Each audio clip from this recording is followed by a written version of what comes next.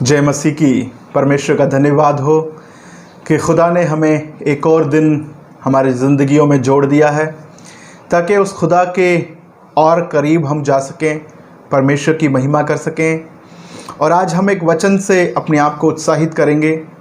और खुदा ने हमें धर्मी बनाया है, खुदा ने हमें पाक और पवित्र किया है अपने लहू से। अपने लहू से खुदा ने हमें मोल लेकर ख़रीदा है। बहुत सुंदर बात है कि हम सब पापी थे, गुनाहगार थे, गुनाहों में अपना जीवन जी रहे थे, लेकिन खुदा ने हमारे अपराधों को, हमारे पापों को क्षमा कर दिया है। क्रूस पर बलिदान होकर यीशु ने हमें धर्मी बना दिया है। जब रोमियो की पत्री हम पढ़ते हैं तो हमें पता चलता है कि यीशु ने हमारे विश्वास के द्वारा हमें धर्मी बनाया गया है। आमीन। ये धार्मिकता आपने कमाई नहीं है, ये धार्मिकता हमारे कर्मों के द्वारा नहीं है, लेकिन विश्वास के द्वारा मिली गई है। परंतु बहुत बार हमें लगता है कि धार्मिकता हमने कमाई है। मैं धर्मी हूँ और वो पापी है। मैं ज़्यादा प्रार्थना करता हूँ इसलिए मैं धर्मी हूँ, वो कम प्रार्थना करता है इसलिए वो पापी है। और ऐसे बहुत बार विचार हमारे मन में आने लग जाते हैं। और जैसे जैसे हम मसीह में बढ़ते हैं, हम सचमुच में मसीह की आरंभ की शिक्षा, ये शिक्षा कि धार्मिकता आपने नहीं कमाई है, ये खुदा ने आपको मुफ्त में दी है और आपके विश्वास के द्वारा ही आप बचाए गए हैं। आपके कामों के द्वारा या आपके अच्छे कामों के द्वारा नहीं बचाए गए हैं। परंतु जैसे जैसे हम मसीह में आगे बढ़ते हैं, हम इन बातों को भूल से जाते हैं। और अपने आप को अच्छा महसूस करना अच्छी बात है, लेकिन दूसरे को पापी महसूस करना ये बुरी बात है, क्योंकि यीशु ने हमारे अपराधों को क्षमा किया है। दूसरे पर उंगली उठाना बहुत आसान होता है।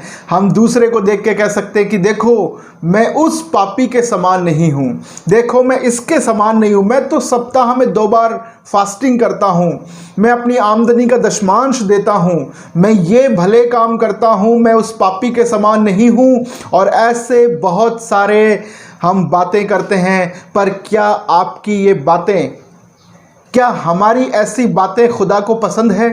जी बिल्कुल नहीं होगी। खुदा को आपकी ऐसी बातें बिल्कुल पसंद नहीं, क्योंकि आप भी पापी थे, हम भी पापी थे और तमाम मनुष्य जाति ही पापी थे। लेकिन खुदा के अनुग्रह से उसने हमें अपनी धार्मिकता को पहनाया है। ये धार्मिकता हमने नहीं कमाई, हम खुद अपने कामों से धर्मी नहीं बने, लेकिन हम दूसरों पे दोष लगाते हैं कि वो पापी है। तो हम एक वचन को पढ़ते हैं और परमेश्वर के नाम की महिमा करते हैं। और बहुत ही सुंदर वचन है। हम देखते हैं यूहन्ना की किताब 8वां अध्याय और 1 से ही पढ़ते हैं, 8 का 1 से पढ़ते हैं। काफ़ी बहुत अच्छा वचन है ये। परंतु यीशु जैतून के पहाड़ पर गया और भोर को वह फिर मंदिर में आया। तब लोग उसके पास आए और बैठकर उसे उपदेश देने लगा। तब शास्त्री फरीसी एक स्त्री को लाए जो व्यभिचार में पकड़ी गई थी, और उसको बीच में खड़ा करके यीशु से कहा, हे गुरु, ये स्त्री व्यभिचार करते पकड़ी गई है। व्यवस्था में मूसा ने हमें आज्ञा दी है कि ऐसी स्त्रियों पर पथराव करें, और तू इस स्त्री के विषय में क्या कहता है? आमीन। हम देखते हैं कि शास्त्री फरीसी एक स्त्री को बीच में लेकर आते हैं और यीशु को परखने के लिए कि यीशु क्या बोलते हैं, क्योंकि मूसा के वचन में लिखा है, मूसा के शरीयत में लिखा है, व्यवस्था में लिखा है कि ऐसे स्त्री को पथराव करके मार दिया जाए। तो वो देखना चाहते थे कि यीशु क्या बोलते हैं। और बहुत बार हम इस वचन को शायद समझ नहीं पाते, लेकिन हम समझेंगे, लेकिन हम आगे पढ़ लें। उन्होंने उसको परखने के लिए ये बात कही ताकि उस पर दोष लगाने के लिए कोई बात पाए। तो यीशु को परखने के लिए ये वचन पूछा गया यीशु से।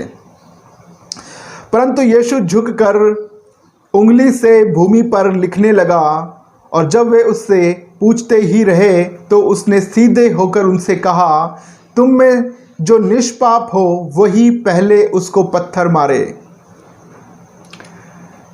शास्त्री फरीसी लोगों ने एक स्त्री को लेकर आए और कहते हैं कि प्रभु ये स्त्री व्यभिचार में पकड़ी गई है, तो क्या करें?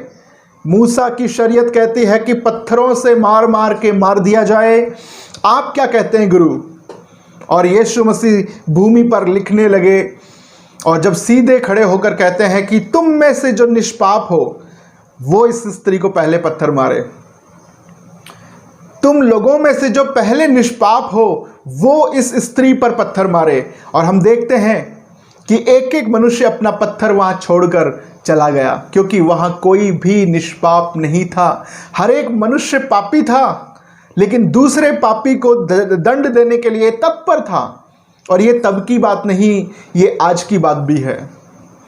ये तब की बात नहीं, ये हर समय की, जब तक कि शायद ये धरती रहेगी, जब तक यीशु मसीह दोबारा नहीं आते, तब तक मनुष्य यही करता रहेगा, अपने आप को धर्मी बनाता रहेगा और दूसरे को पापी कहता रहेगा।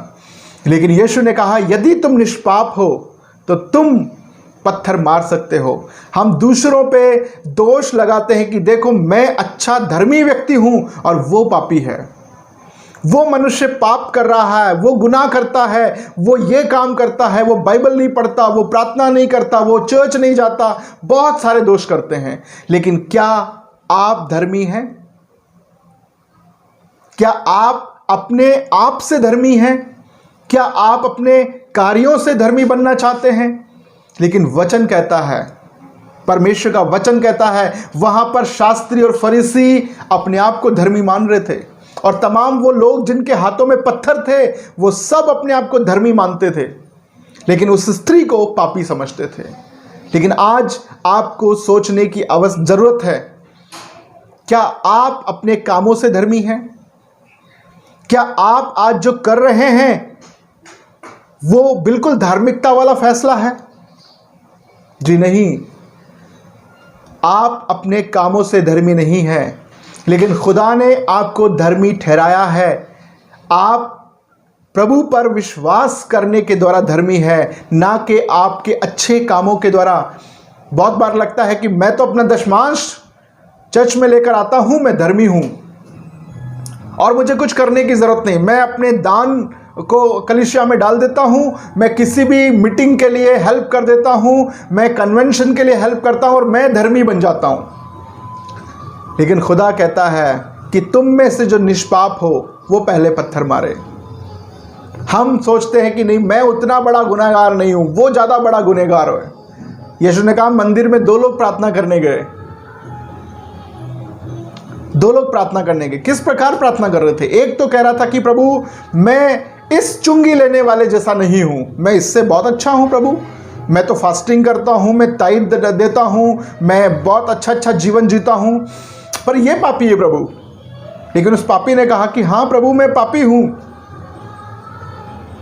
दोष लगाना बहुत बार आसान होता है।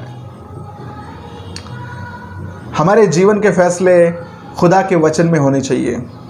चाहे लोग आपको समझे या ना समझे, लोग आपको बुरा कहें भला कहें, उसकी फिक्र ना करें, लेकिन खुदा के वचन की फिक्र करें। समझ में आया आपको? खुदा के वचन की महत्व को समझने की ज़रूरत है, ना कि किसी मनुष्य की बातों के महत्व को समझने की ज़रूरत है। क्योंकि हर एक मनुष्य अपने आप को अच्छा ही दिखाने की कोशिश करेगा, लेकिन दूसरा अपने आप को कभी पापी नहीं मानेगा। इसलिए खुदा का वचन कह रहा है उसके अनुसार हमें मानना चाहिए कि मेरी धार्मिकता मेरे कामों से नहीं है, मेरी धार्मिकता मेरे अच्छे जीवन से नहीं है। मैं स्वर्ग इसलिए नहीं जा रहा कि मैंने बहुत सारे अच्छे काम किए हैं, मैंने चर्च में ताइद दिया है और मेरे दशमांश से कलीसिया का काम चलता है, सेवा चलता नहीं। ये खुदा का काम है, खुदा खुद कर लेगा, आपको उसमें चिंता करने की ज़रूरत नहीं है। हमें बहुत बार लगता है कि मैं कलीसिया में बहुत इंपॉर्टेंट पर्सन हूं, अगर मैं नहीं रहूंगा तो कलीसिया खुदा का काम हो ही नहीं सकता है। प्रेज द लॉर्ड ब्रदर, अगर आप ऐसा सोचते हैं तो आप चुप हो जाइए, बैठ जाइए, खुदा का काम फिर भी चलता रहेगा, खुदा का काम होता रहेगा। और आज 2000 साल से आज तक खुदा का काम कभी रुका नहीं। पौलुस भी मरे, पतरस भी मरे, चेले भी मर गए, पर खुदा का काम तो रुका नहीं। और हमारे इस संसार से चले जाने के बाद भी खुदा का काम रुकेगा नहीं। हम मरेंगे तो दूसरे खड़े हो जाएंगे। खुदा अपना काम खुद करता है, लेकिन खुदा का ये अनुग्रह है कि उसने हमें इस्तेमाल किया है। लेकिन ये घमंड का विषय नहीं, ये एक अनुग्रह का विषय है, ये एक दया का विषय है जिसे हमें समझकर खुदा का काम करने की ज़रूरत है। इस संसार को ना देखें, अपनी बुलाहट को देखें। Praise the Lord. परमेश्वर आपको आशीष दे।